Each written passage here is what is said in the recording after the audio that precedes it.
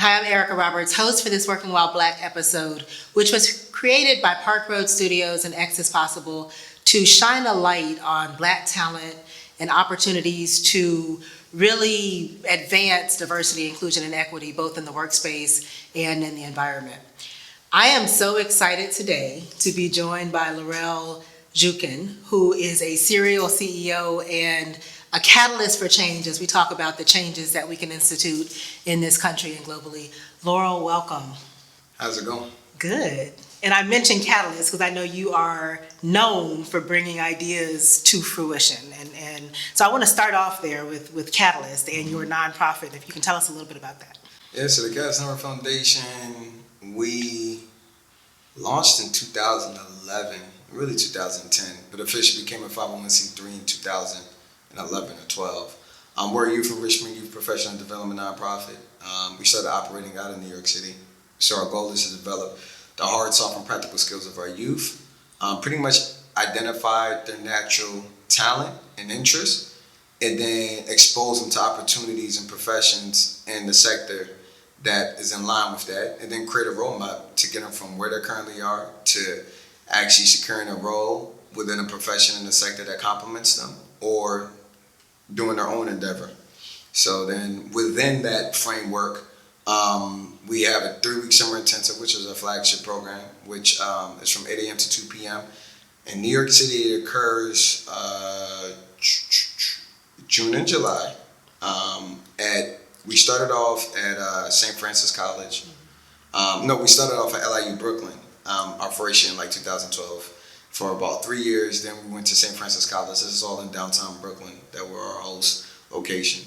We provide free materials and free food every day. We take them on corporate tours, so they've been everywhere from Goldman Sachs, Morgan Stanley, Google, Microsoft, LinkedIn, NPR, Fox News, BET, Essence, a host of other corporations that I can't name off the top of my head. We expanded in Washington, D.C. in 2015. We select about 15 to 25 people in New York City and Washington, D.C. We have the students also work on a community-based project. So with this community-based project, they it's to develop like their business acumen and skills and help them bring ideas into fruition. So we try to identify a project in the community that is practical for them to tackle during that summer and throughout the school year. So just to add context, like one time we partnered with NPR, one of the students, we break it down in 2 teams. So the teams are between like 8 to 12 students in each of the projects. And one, the students in DC wanted to create like a TED Talks. And then NPR said that they could use their facility, things of that nature. So they literally created a project outline, materials, had a pitch deck, and things of that nature. So there are other resources. One was raised $35,000 for Medgar Evers College Preparatory School, where a lot of the students came from, and New York City and Brooklyn for a studio for like video production. And then after that, we secured them with mentors. We did that majority of the years that we've been in operation. And then we try to secure them with interns. Once they matriculate into college and in the real world, they become alums. But then even throughout the school year, aside from our 3-week summer intensive program, we do like SAT prep workshop, ACT prep workshop. And then we'll have like different other events to enhance the skills, or we open it up to all students, not just our fellows, but all students in New York City and Washington, D.C. And then we have, for the students, we have our Youth STEM event. We do that annually for the past 4 years. They've all been held at Google's New York City office. So we've called it Youth Tech in the beginning, but then Youth STEM. Pretty much we partner with corporations. So of course Google, because we hold it at Google. They've been a wonderful sponsor. Most recently we had Google, Goldman Sachs, Microsoft, and Covington and Burley.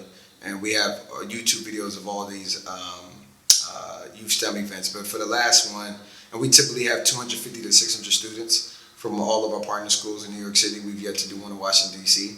But when we have them, like Covington and Burley did a tech like workshop with law. So it's telling the students, like, if you're interested in STEM and tech, you can do it from a law perspective and really enlightening them from that aspect.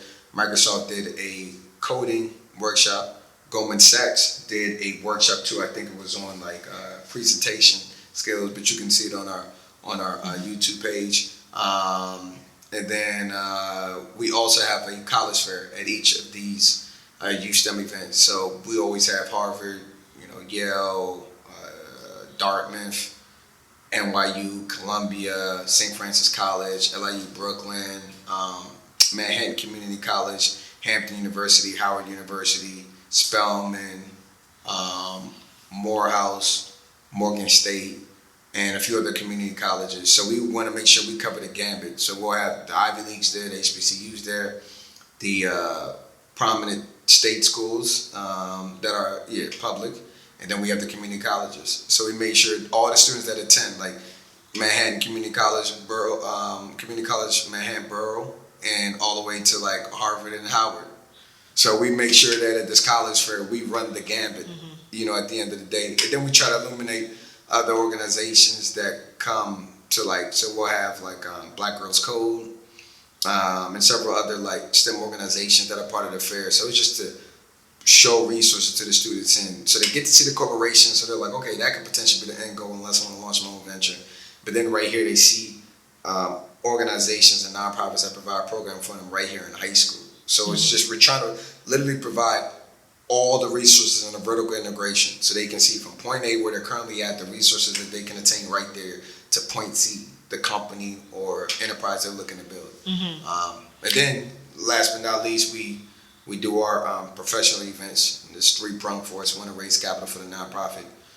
2, for exposure and awareness. It helps us with professionals, how we recruit mentors, and how we get corporate tours done instead of just randomly blasting strangers via email that don't know us. So, and our topics, we call a Meeting of the Mind series. So we try to illuminate topics that we deem important to the Black and brown community that do not receive mainstream attention.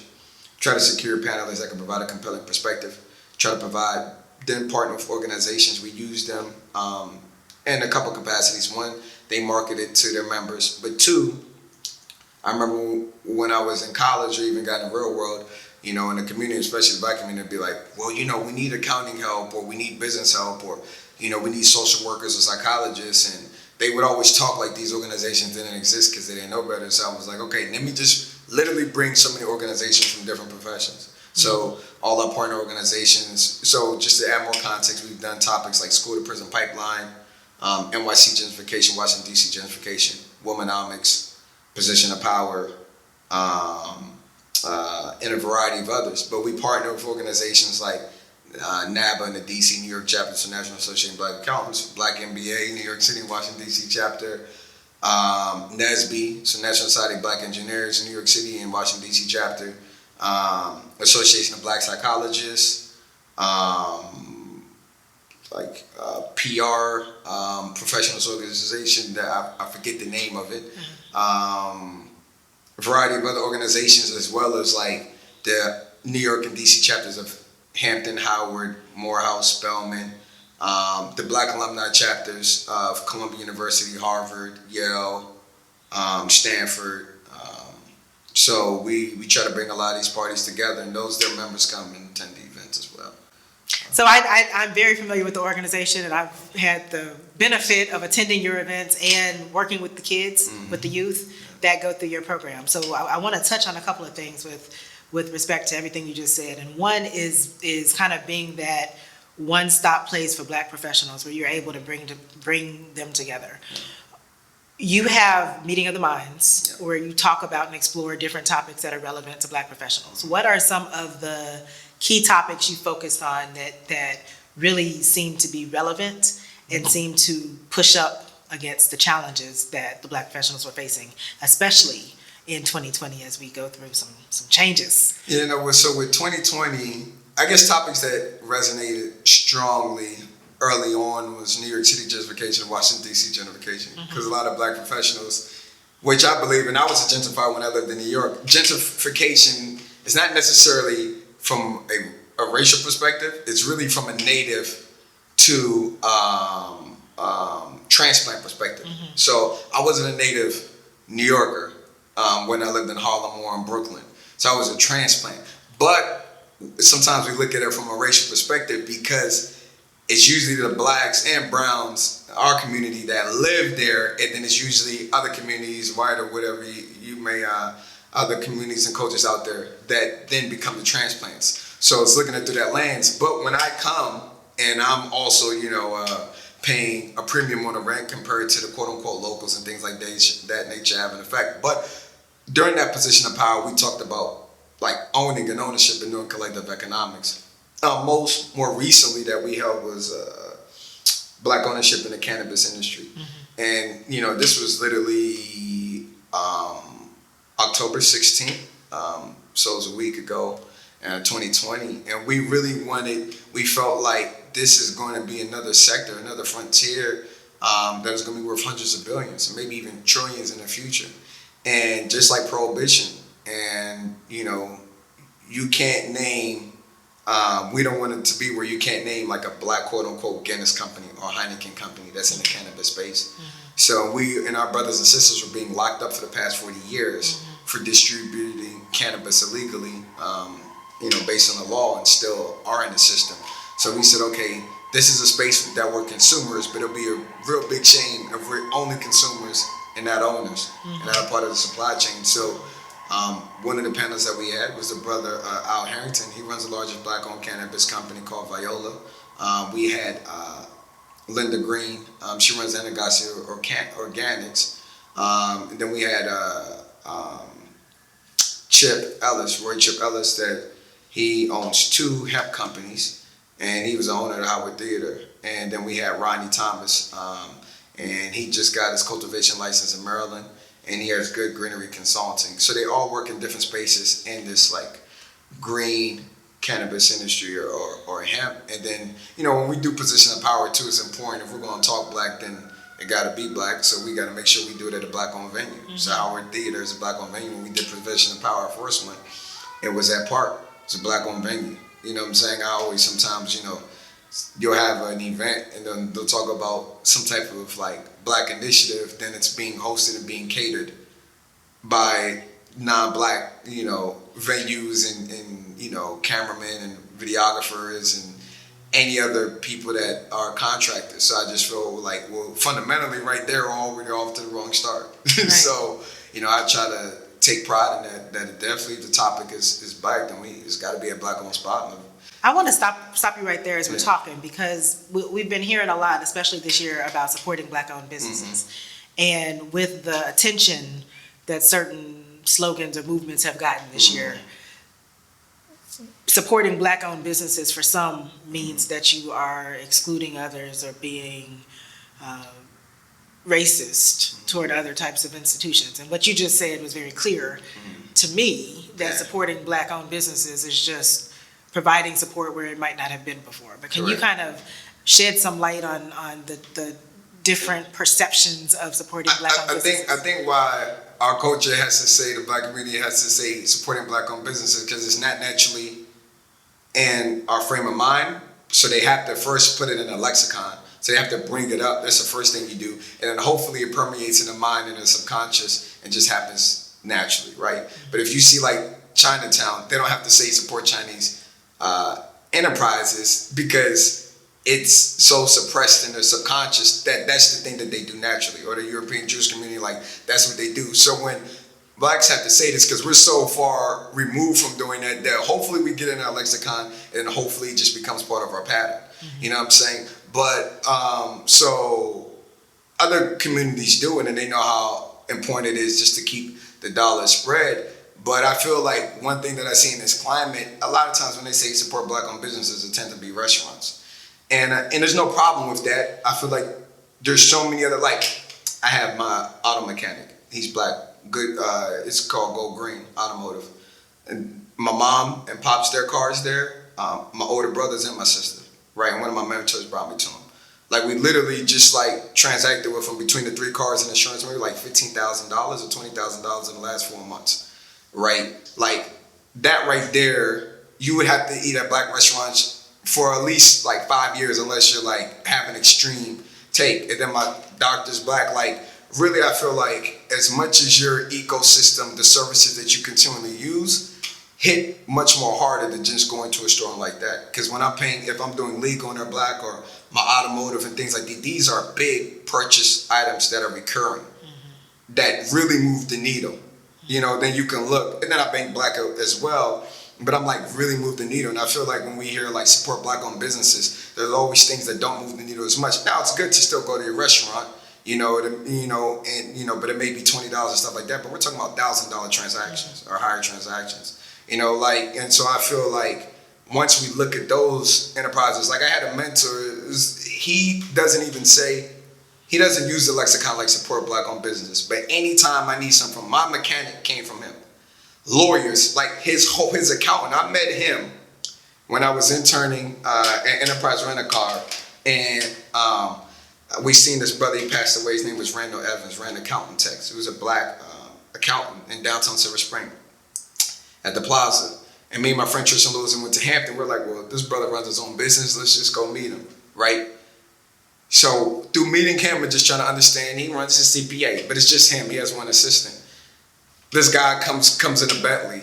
We're like, you see that Bentley outside? That was my first time seeing a Bentley. Like, and I'm not that big into cars and money and stuff. I'm like, who's this? He's a brother. He walks in there.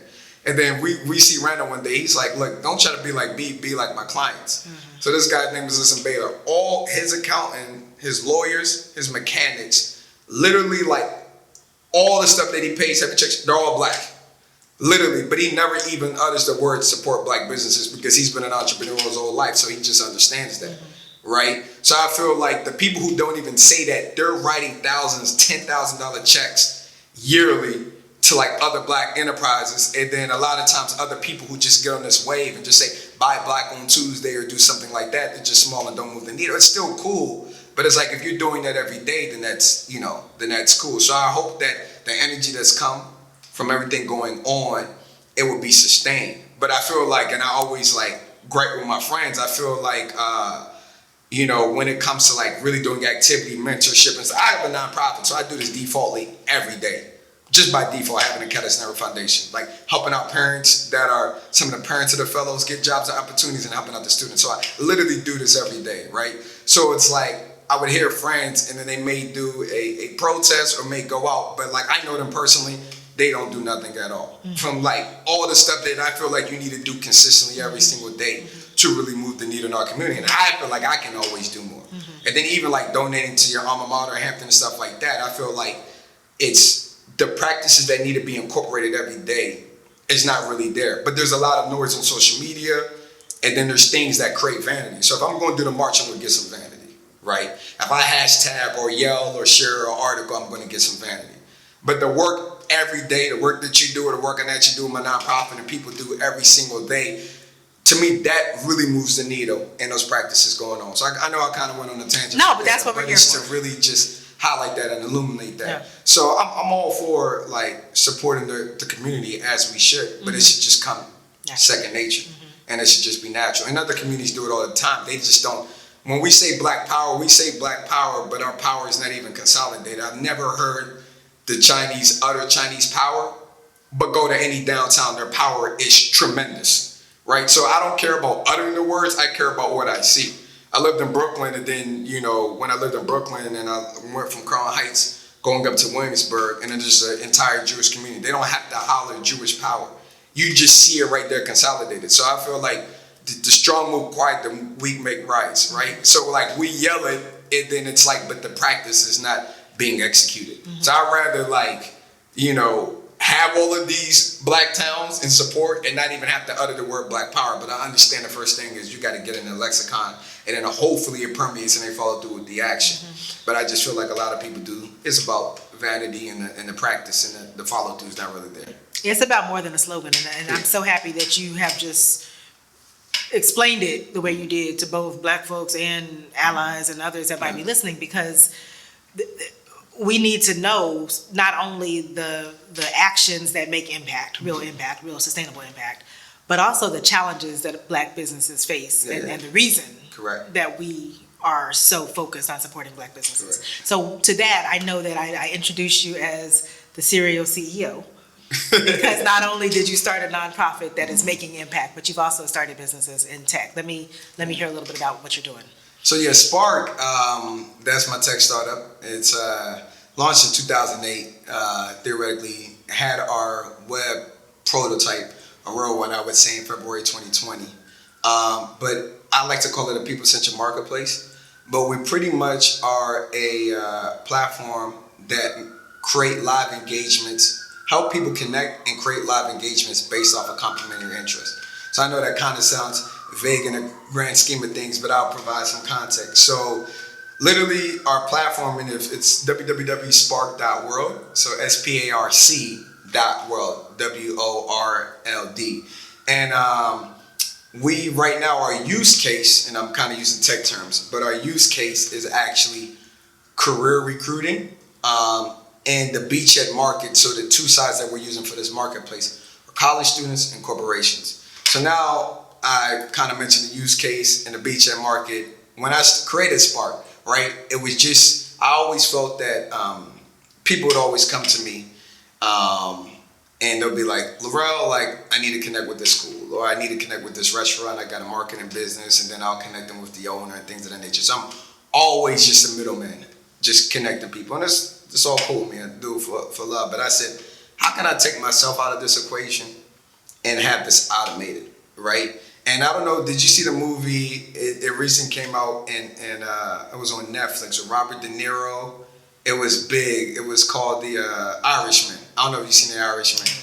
Okay, but I think it was Joe Pesci, and he was like this middleman, right? And literally everybody came to him when they needed to expand a business, start a business, invest with someone, or needed some protection, right? Now, what he would do is that he would get a percentage of the business or something like that, right? And I was just doing this for free, but he was so valuable. If you watch Irishman, he's so valuable because he's the middleman. He's verifying people, matching the right people based off of interest and complementary interests, right? So I feel like I've been doing that my whole life. So with Sparc, I said, all right, let me create a platform, see if I can automate this. What would this look like? Mm-hmm. So literally at Duke, when I created the platform, I said, okay, what would be the use case? I said that I think would have some traction, or that two sides would be interested in meeting one another for. Looked at my MBA classmates, I said, okay, you know, some are doing the medical doctor MBA program, some went to Harvard Law School before coming to MBA, so that maybe we could talk about being in B school versus being in law school. Some worked on Wall Street, some worked in consulting, and some of the undergrad students are thinking about going to grad school, whether it's law school or MBA, and they're thinking about working at BCG, McKinsey, Bain, Goldman Sachs, Morgan Stanley, Google, Microsoft, so forth and so on. So I told my classmates, I said, okay, look, would you be open to talking to Duke undergraduate students? Like, so when my first person, she worked at Bain, she was in my C-lead at Duke, her name was Anna. And I said, look, you started working at Bain at an undergrad from UNC, you just talk about the best practices you utilize to secure an opportunity at Bain, what's it like being a strategy consultant, and things of that nature from undergrad, so the undergrads can connect. And I said, let me see if this would have traction. And I had another friend, Laura Derry. She was a healthcare consultant. She worked at BCG, healthcare consultant, but she was doing an MBA program. So I was like, look, you can talk to the students undergrad that think about going to medical school, or they think about MBA, or they have no clue. But then they're also thinking about going to healthcare practice as a consultant. So let me see if this would actually work. Talk to the Duke undergrads that had a lot of influence. I said, let me create a Google Doc, put a headline on one, put a headline on another. Found the date, sent it out. It was like 40 people registered from my friend Anna, like 36 people registered for Laura Dare. We split their sessions up, like 45-minute sessions. So that was gaining traction, right? So then I said, okay, these are kind of like info sessions, but I felt like we did about 20 of them. But I felt like the demand, because it's a two-sided marketplace. So I said, for my classmates, it was probably like a 4 to 5 out of 10. They were doing it because, okay, this is Laurel. I'm going to help them out, and it's cool to talk to some Duke undergrad students, help them out. So I was like, okay, that's like a 4 or 5 out of 10. I would need it to be like an 8 or 9 out of 10. The undergrad students, it was cyclical, but it was kind of like a 6 or a 7. They were like, all right, I could talk to some alums, but it's easier just to meet someone in person right here that's on campus. So I said, all right, we did several of these. So I was thinking in my head, I said, okay, what can I do to kind of cultivate this? Just to see if this use case had demand and I could get a flywheel going, potentially get a network marketplace. So then the undergrad said, Laurel, like, we don't know what you do, but you do a good job illuminating these events. It's like, look, we look on Duke job boards. They pay hundreds of dollars, companies to come to Duke. Oh, let me add context. So my friend Rachel, she used to work at Goldman. So this is how this came up. She used to work at Goldman Sachs. I said, Rachel, you know, you were a CS major at Brandeis, and you worked at Goldman. Let's see if you could talk to computer science students from undergrad about like working on Wall Street versus working in big tech, because they just naturally think of big tech, you know. They don't know that CS students get paid quite well being a software engineer on Wall Street. So she's like, okay, Laura, I'll do it. So she did this engagement. She was highly impressed with the computer science undergrad students at Duke. She said, Laura, these are some impressive students. They're much more advanced than I was when I was in undergrad. She said, I'll speak to my old boss, see if he's looking to hire some interns. I was like, okay, cool. She circled back with her old boss at Goldman, and this was after the recruiting cycle. I think this was maybe April or March, at the recruiting cycle. And she said, yeah, Laurel, they were interested in potentially hiring some interns. She said, look, see how many resumes that we can collect, but then I want to do like soft screening, meet a few based off the resumes, and advocate stronger for them.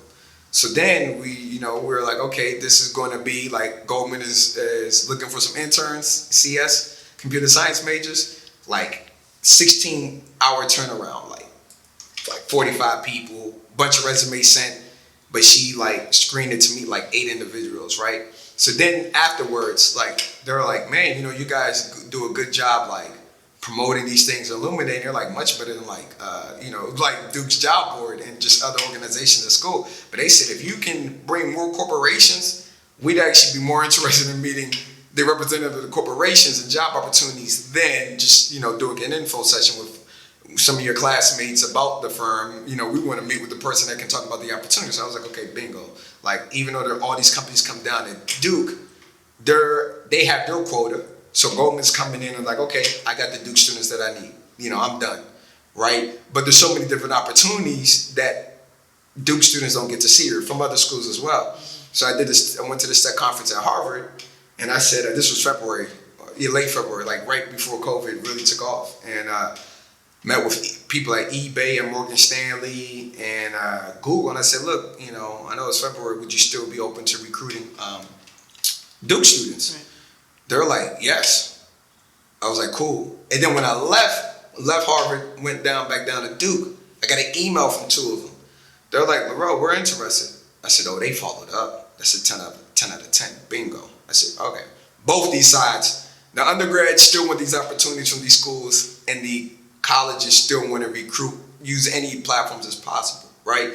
So I said, okay, that's going to be my use case. These are going to be my 2 markets initially, right? So we're starting off with that, and then so the corporations can do like info sessions, fireside chats, and hopefully interviews later on. And we're focused right now on 4 sectors and the premier companies of those 4 sectors. So you have tech, consulting, and banking, and then CPG, right?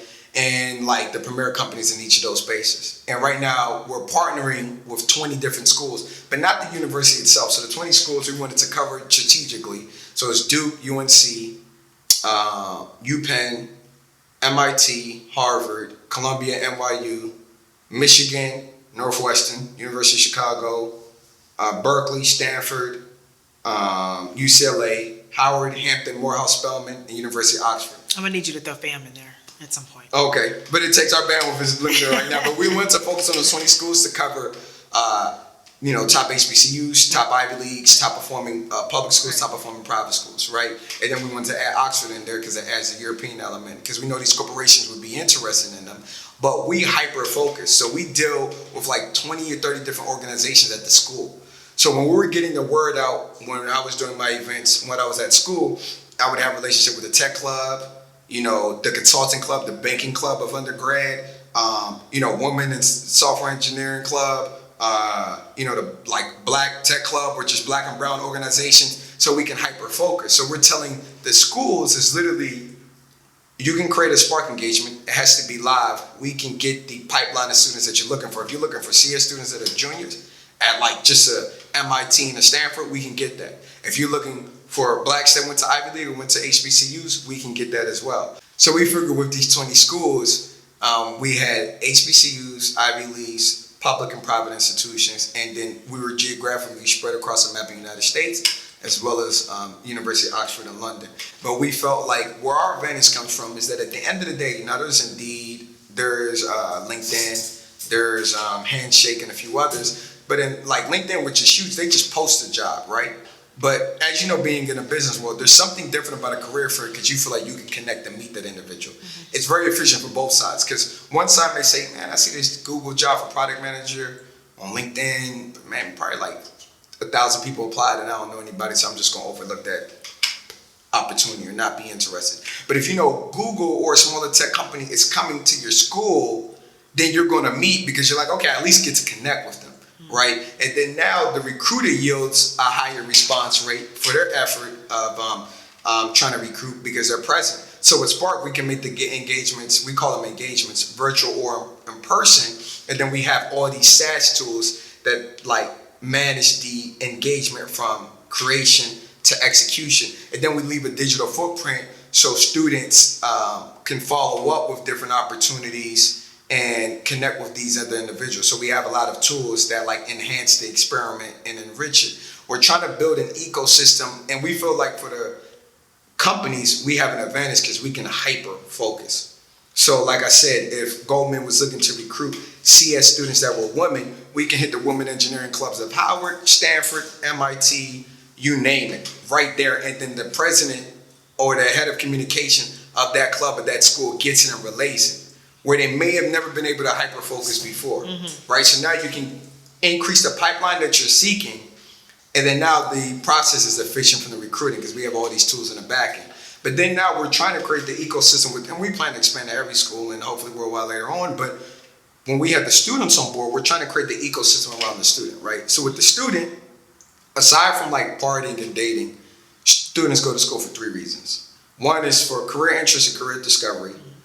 2 is to make money in school if they can't get money from their parents so they can be independent and go to Miami for spring break or just do whatever they want, eat, order the food that they want. 3 is that some type of volunteering or community initiative, maybe helping high school students or making an impact, right? So we want to create an ecosystem around that, right? So with Sparc, when it comes to career discovery and career pursuit, we have the corporations right there. Now they can do info sessions and things of that nature and talk to other grad school students to get enlightened in that aspect, right? For the students, when it comes to making money, where they're a masterclass better than anyone else, it's actually tutoring. It could be calculus, stats. We actually did a use case and did one pilot, and I made 4 Duke students money. Computer science students, one $60, another one $60, another one $60, $180.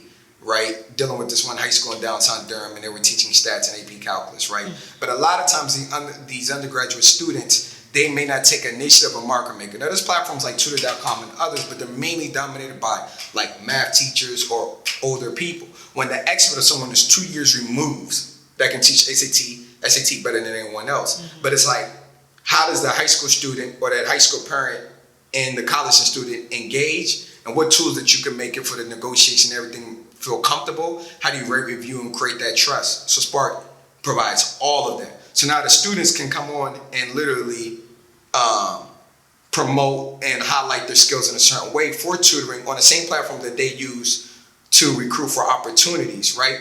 But literally they're getting leads because say if the student's looking to go into Duke or Howard or Stanford and stuff like that, what better than that high school, that college student saying, okay, I'm currently at Howard, I'm currently at Harvard, and they're just doing an info session of talking to high school students that want to go there. They're going to want to connect with them, but then when they realize like they can tutor me in English or AP Stats or AP Calculus, that's just a natural thing. And then there's rating and reviews, right? So then now the student, and then now when I mention the impact of giving back, say you're part of like the NABA club for your school at Hampton University or Howard, right? You can do tutoring or you can do certain things and have that money allocated towards your NABA chapter or any initiatives because we have like a GoFundMe mechanism on top of that, right? So we wanted to create this ecosystem around the student where aside from dating and partying, they can fulfill all these other needs but make sure the UI and the UX, user experience, user interface is premium over time, and that we have this machine learning algorithm that makes suggestions for them and things and promotes this for them. And then we see over time, the other use cases, they're just vertical, right? So college recruiting or career recruiting and then tutoring is literally the same platform. It's just the information you're sharing makes it a different vertical. One I'm sharing, I'm teaching stats and calculus. The other one I'm teaching about Goldman Sachs or BCG and how to get in. But you're still just engaging with one another. And that's why we call them engagements. Right now, this is an in-person engagement. You're either doing an in-person or virtual engagement. And when you're doing an in-person virtual engagement on a shallow level, say you're the host and I'm the guest, right? As a host, on a shallow level, you're engaging with me on 3 different aspects, right? One is old-fashioned capitalism. You're like, I'm engaging with you, gonna pay me for my time. Consultants and lawyers call that billable hours. Like, I'm talking to you, you're paying me, period, right? 2 is like altruistic, right? It's like, you know what? That person, they remind me of me, or I know what they're trying to do. I really want to help them out. So I expend my time, my energy, and things of that nature, right? And then 3 is like when people go to like a religious institution, they donate towards a church, a synagogue, or a mosque, right? It's like, I'll spend my time, but this is towards donating, right? That's when people do 5Ks for this charity organization. Those are the 3 shallow reasons that people meet from a host perspective. From a guest, me meeting you, I'm meeting you for 3 shallow reasons, just 3. There's a multitude of others, but 3 main reasons. 1, knowledge and expertise. You got some insight and information that you can share with me, right? That's 1. 2, access and connections. I mean with you because you can connect me with Libra, the Black Student Fund, right? 3 is energy, right? I just think you're a cool person to hang with. We understand it intuitively, right? If we're, and this cannot be, they're not mutually exclusive. They can, they can be mutually exclusive or not, right? If you got a teacher, right, when you're in high school and college, hopefully they got knowledge and expertise. You're like, okay, they know the subject matter, or maybe they don't. But they can have that, but then 2, the energy, like, this person's an asshole. So they got the knowledge and expertise, but they're an asshole, so their energy's off. 3, you're like, man, this professor, I'm trying to raise capital for my entrepreneurship venture. They introduced me to 3 different VCs or 4. Reason why you go to networking events, reason why the Black MBA conference is huge, right? So we have ratings and factors that are based around that too. And then the college students focus on them is that we feel like their use cases are limited right now because they're in college, but it's grander than it was in high school. As they accumulate new information and new skill sets, their use cases would be larger and larger. So they realize that, no, I can use Sparc across the board. Those same high school students that may be using Sparc to pay people for tutoring, or when they need a college insight to get into Hampton, Howard, or MIT, or Columbia, or Morehouse, they're realizing like, oh no, I'm in college. I use Sparc as a guest. I can just use it as a host to make some money or share their information as well. And then as you understand what college is, when they come to college, it's almost, they spread like a virus. They come to one city and then boom, they go across the world to work in different professions and stuff like that. So hopefully they can spread the noise. So that's the use case we're using it for initially with college recruiting and things of that nature. Then tutoring, hopefully later on with the beachhead market being college students and employers. But we wanted to spread across the gambit, hopefully worldwide, and in 10 years everybody will be using it. The same way Facebook started off with college students at first Harvard, then every college, and then now everybody uses it. So I know everybody talks about the Sparc, their platform, and they want it to be ubiquitous, but we feel like we can't be ubiquitous because we're just trying to augment and digitize the human experience as tools, because we still prefer, we know we want to make fruitful engagements. And the way you can make fruitful engagements is if you quickly can understand that we have a complementary interest, and let's engage. Because it doesn't have to be for making money, it could be across the board. Right. So I don't know if you realize this, Laurel, but you just gave a masterclass in like 3 different areas, right? One of them was entrepreneurial mindset. And you identifying, I have this idea, this is what it's going to take to make it happen. These are the resources I need. These are the ones I have access to, and let's pull it together. That's that business mindset that you literally just gave a masterclass on. 2, and for any diversity and inclusion experts, subject matter experts, practitioners that are listening, you just completely annihilated any argument that there's a pipeline issue. It's not pipeline, it's access and it's strategy, right? And with tools like Sparc, that too can be erased in 2020. And then 3, it's the brilliance of young entrepreneurs. It's the brilliance of Black minds. And when we say support Black businesses, it's because the innovation that's coming out of folks to solve problems is here. And it's here in faces like yours. So I want to thank you for that. Appreciate that. As we wrap up, I want to ask you a couple of questions. And it's because I know that you have been starting or involved with businesses and entrepreneurial efforts since you were a child, and I won't say how young because I spent years at the Labor Department and I don't want to go there.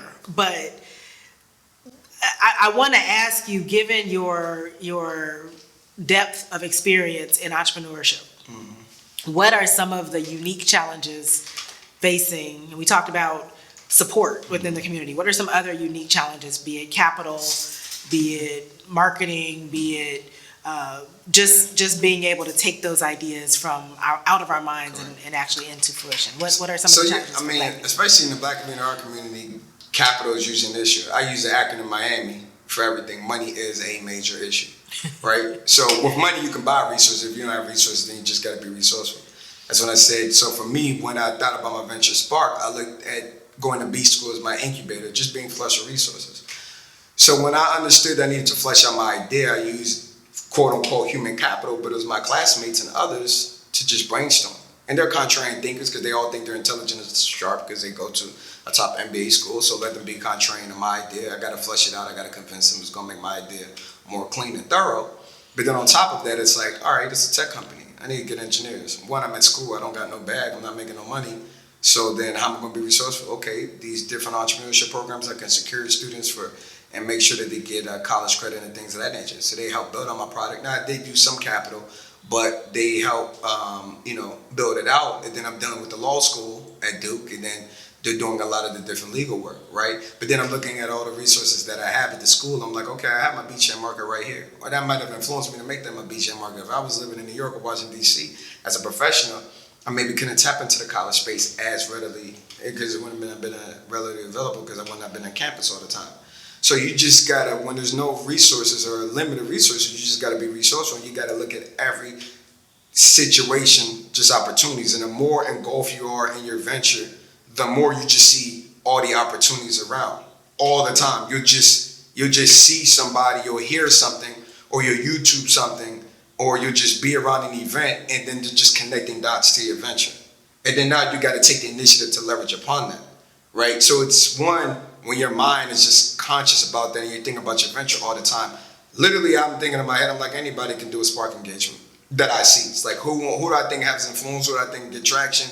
Or then, okay, this person has a new perspective. How can I pick their brain, right? But for me, right now, like my most important thing, in my opinion, is product development. And then capital for all the costs that I have that are related to the product development.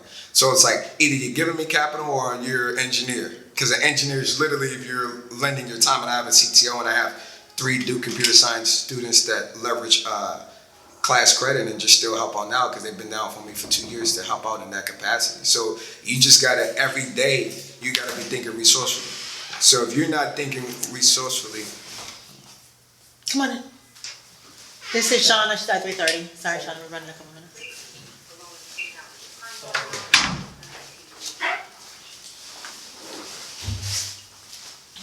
I don't even know what time it is.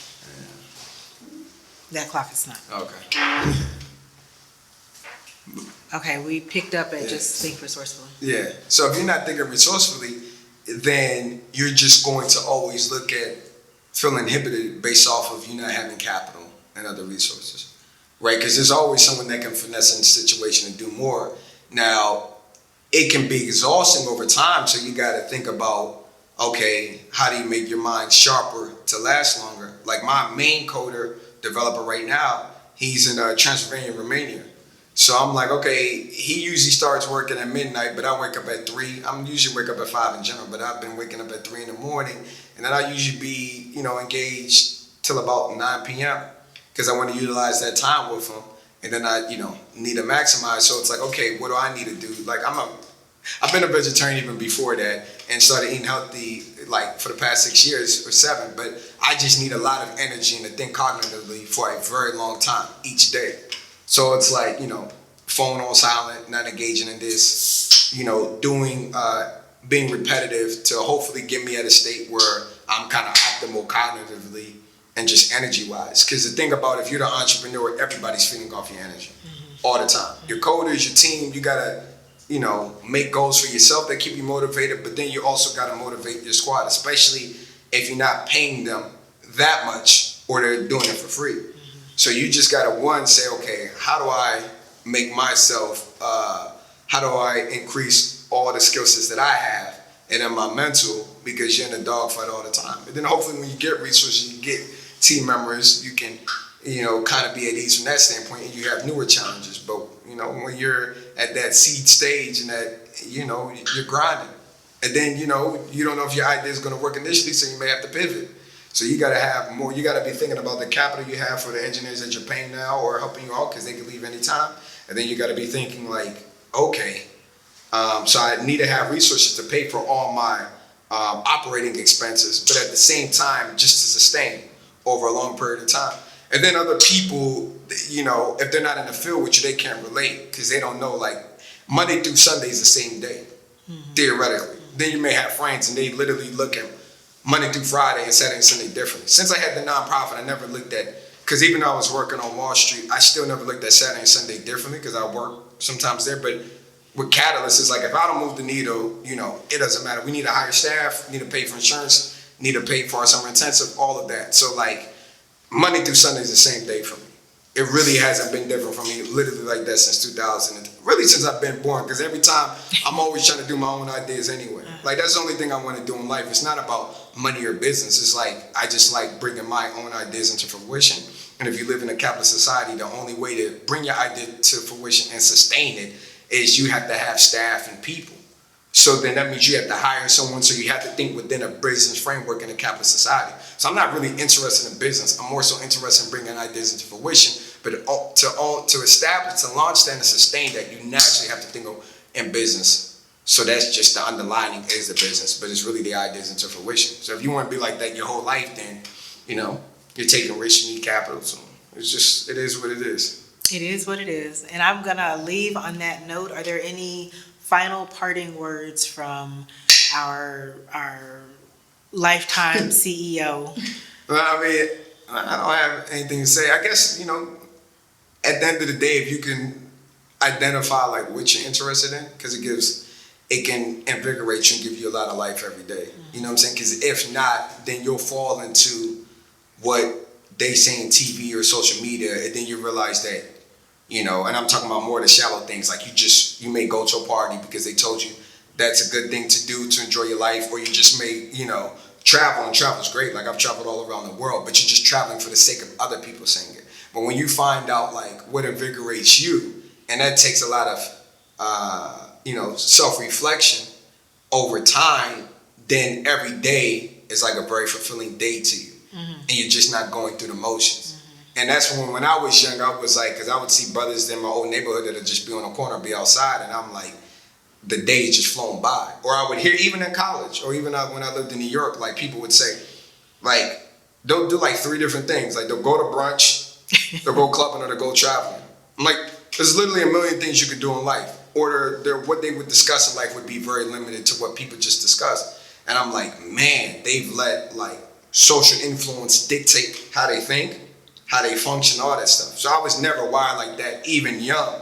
So I was always just maybe intellectually curious and was like, no, I know the things that I want to do. And it was more so contrary to a lot of those things. Not saying that those other things I didn't have a problem with. Like I like going out or clubbing or traveling, but I always felt like doing it with a purpose. So I feel like you just have to have a good sense of self and be purposeful and intentional in what you do. And then be action oriented. If you just floating, in my opinion, then you ain't gonna vibe on the same level like that, just naturally. Because you just want to evolve your mind, body, and soul in your thought process. So, So what I'm taking away from this as we close out is that we all need to be self-aware. We all need to identify the purpose in life, or the purposes in life that drive us. We need to take action. And that action means not only supporting others, supporting community, but engaging them through Sparc engagements or others to support us in our ideas. And then as those that are interested in trying to help Black brilliant minds as yours, I appreciate that. Then we want to make sure that they know how to do that. How can they contact you?